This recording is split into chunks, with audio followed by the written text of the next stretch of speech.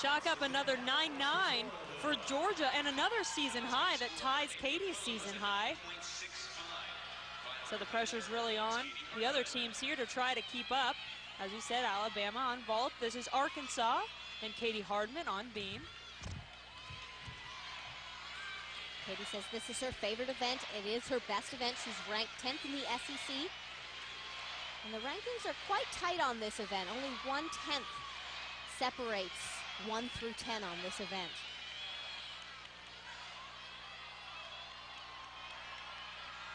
Crucial tumble series here. 3 elements directly connected. Back handspring layout, straight down that 4-inch wide beam.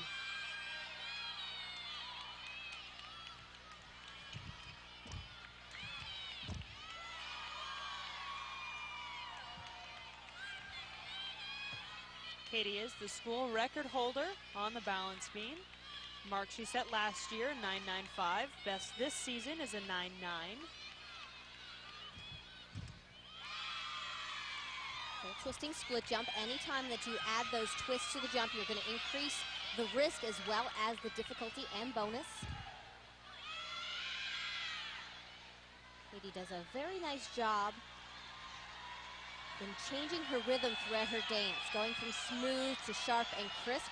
We saw her teammates jumping out there to move the landing mat, dismounting with a big dismount. It's a gainer full. That is new difficulty for Katie this year. Another excellent performance. Katie certainly pleased with that. Boy, she thrust her arms up into the air when she completed this routine.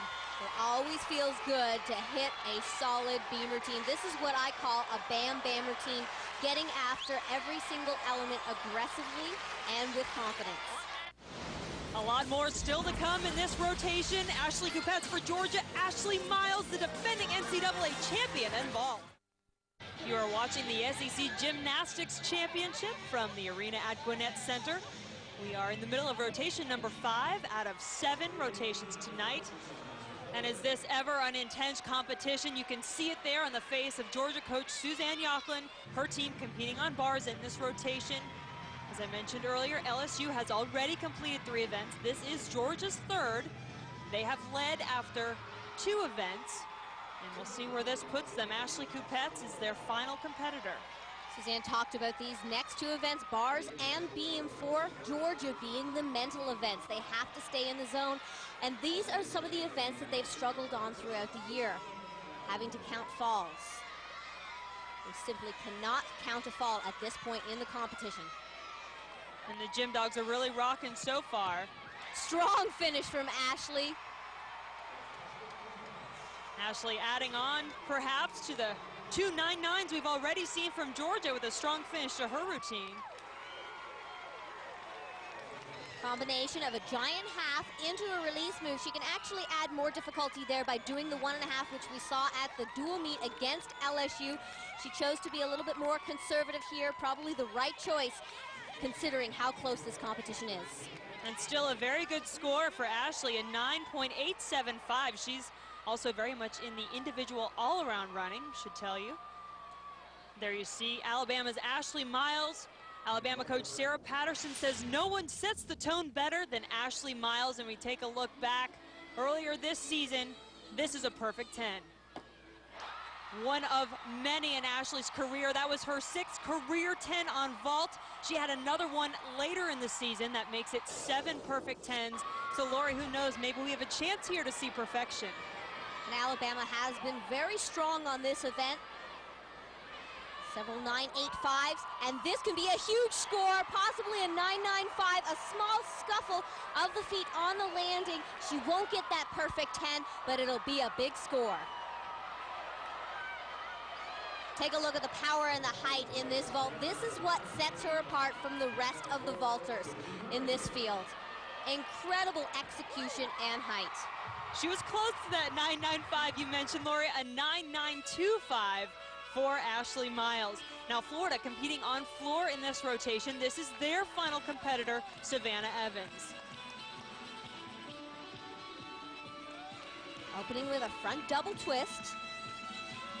Known for her very powerful front tumbling. She's performing to Cotton Eye Joe for this true Southern girl.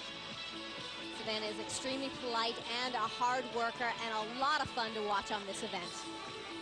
And Savannah knows how to perform when the pressure is on. She had a 9.95 on floor earlier this season to win her first event title and beat Alabama. That was a huge victory for Florida. The Gators hoping perhaps to best the Crimson Tide as well as some other teams again here tonight.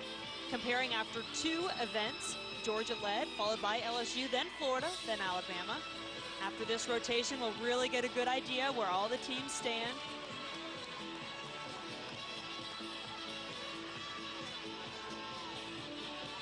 See your teammates cheering along on the sidelines. A little bit of a different feeling from the dual meet competition where they can really be close to the floor. At a competition like this where you have 7 teams, they are restricted to being inside that corral right there. So they really need to pick up their voice a little bit, let their teammates be heard, let them know they're cheering them on all the way. The Florida fans cheering Savannah Evans on as well. Savannah receives a 9.85, 3 events down for Florida. Natalie's with the Florida coach. Thanks, Jen. Coach Rhonda Fain, you have the floor, bars, and beam under your belt. You said earlier that you had the best rotation out of everyone. Do you still stand firm on that belief? Well, you know, we're really happy that we get to finish on vault. That's been our best event, our best scoring event all year. So we're looking forward to finishing strong. Well, good luck to you. Thank you. Back to you, Jen. Who else will finish this meet strong? We'll find out. The next rotation will be crucial. Georgia and LSU going head-to-head. We are ready to begin a very crucial rotation number 6 here at the SEC Championships. The LSU fans cheering their team on. Their team that has been ranked as high as #1 in the country this season will be competing in this rotation against Georgia. Those are the 2 main teams to watch. Auburn also on vault, Kentucky on bars. This is the final event for both these teams as Dee Dee Bro talks to her team. And right there, Lori, you just heard Dee Dee Bro say, I'm going to put Taryn in. Taryn Martin-Jack, a late addition to the lineup. And look at Dee Dee Bro. I mean, she is getting this team fired up. Most often, a team will warm up 7 athletes, and Taryn was the alternate for floor, and Dee Dee felt that she would be the better gymnast to put in at this time. A very crucial strategic coaching decision on behalf of Dee Dee. Well, we'll see how it pays off. Taryn Martin-Jack, the junior from Clearwater, Florida. The pressure is on these LSU Tigers. They trailed Georgia by 1/4 of a point. They've got to make up some ground here. A very strong floor worker considering she was their alternate. That just shows you how tough they are on this event. They're ranked #1 in the country. Opening with a double pike solid landing.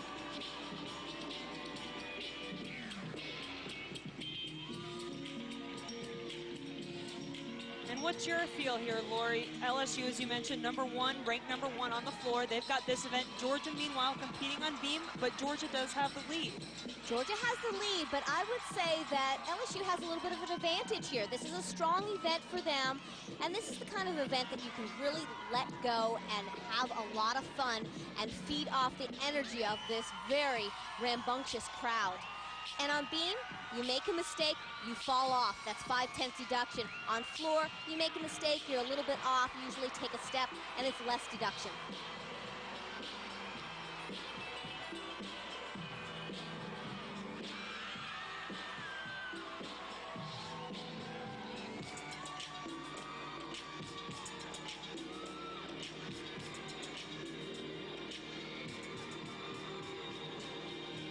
An excellent performer on this event. Gorgeous dance and solid tumbling. Very clean.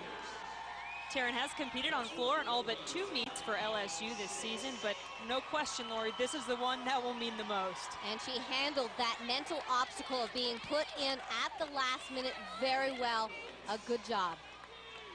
And a good score for Taryn, a 9.85. Will it be enough? Well, we'll have to find out, see what some of the scores Suzanne Yocklin's Georgia Gym Dogs are putting up.